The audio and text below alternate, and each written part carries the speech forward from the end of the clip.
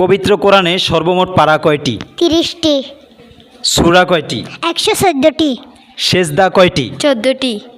রুকু কয়টি? 558টি। আয়াত কয়টি? 6666টি। জবর কয়টি? 52234টি। জের কয়টি? 39582টি। পেশ কয়টি? 88060টি। জজম কয়টি? 1771টি। তাসদিদ কয়টি? 1443টি। মাশাআল্লাহ।